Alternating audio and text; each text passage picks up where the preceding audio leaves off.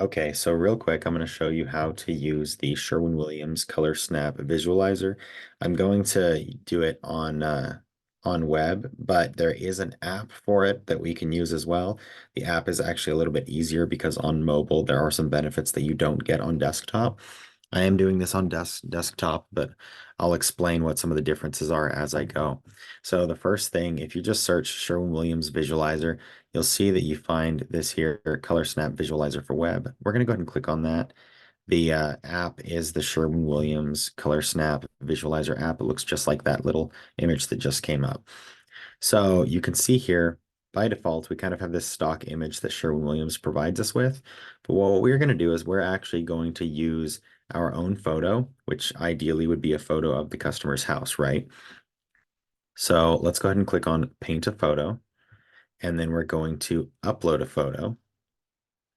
And we're just going to go ahead and use this one here. So we're going to go ahead and accept the terms of use and click Done.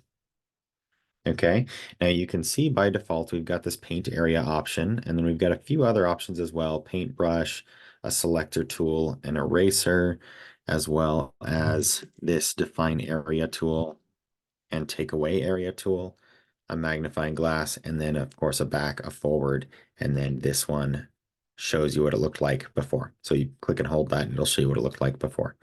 And then I think this is just information. Yep, sure enough. Okay, so that tells you information about the individual area you've got selected.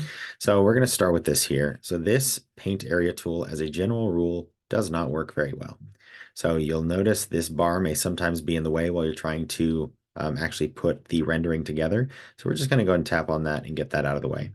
But for the sake of the training, we're going to click on this area with that, and you can see how it doesn't quite fill it in the way that we want it to, right? That is not what we want. So we're going to go ahead and go back, get rid of that. And what we're actually going to do is we're going to select the color that we want. And then once the color is selected, use this define area tool, get this out of the way here. And then we're going to go ahead and click on the corners of the area that we want to paint with the visualizer. Okay. So click here, and click there, click here, click here, click here, there, and then back to the green. And just like that, it has painted this area, right? Now from there, we can actually click on the selector tool, which I believe on the mobile app, I think it's actually like a hand instead of a mouse. That's the only difference there. But we can click on this here, and then we'll click the selector tool. We should be able to click on the area and then click on the color, and it should change. Okay, sorry about that. That actually is what it does in the app. So that is one of the benefits of using it on mobile versus on desktop, is that we can actually tap on the area we want. As long as we have the selector tool selected in the toolbar, then we can actually tap on the area that we want, and then we can just tap on the color and it'll change colors. It's a little bit different on desktop. We will have to use the paint area like filling tool and then select the color, and then we can change it from there. And you can see it's pretty simple to use. Now, some areas, if they've got really fine details, you may want to zoom in so that you can kind of get some finer selection around here. It depends on how perfect you want it to be. And you can zoom in and zoom out, hide this here, and kind of go from there.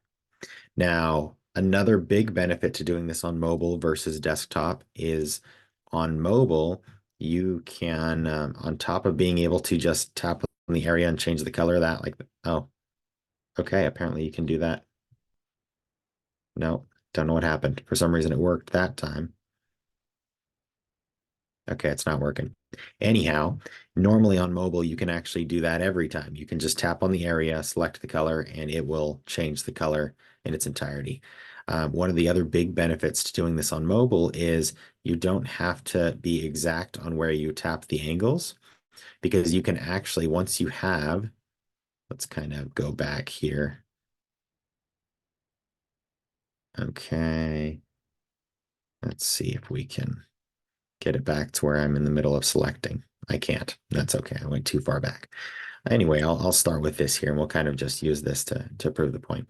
So on mobile, you can actually click here, and while you're in the middle of selecting, you can grab points and move them.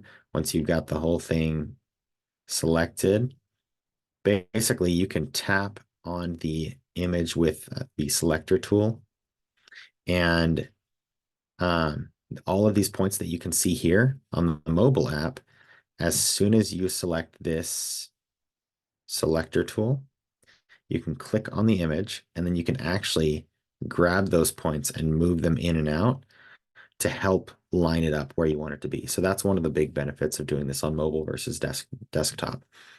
Now, once you've got this here, you can see here, no, I'm sorry, I clicked on the wrong one. If you click here, that shows you what it used to look like. Beautiful, right? So that's a good thing to be able to show the customer as you're going as well. Now we've got two options once your image is put together and you got what you're looking for. We've got download and we've got save. So download, will save it to whatever device you're using, whether that's an iPad, a phone, a computer. So if you want to save it to the device, that's what you're looking at. You're going to hit download.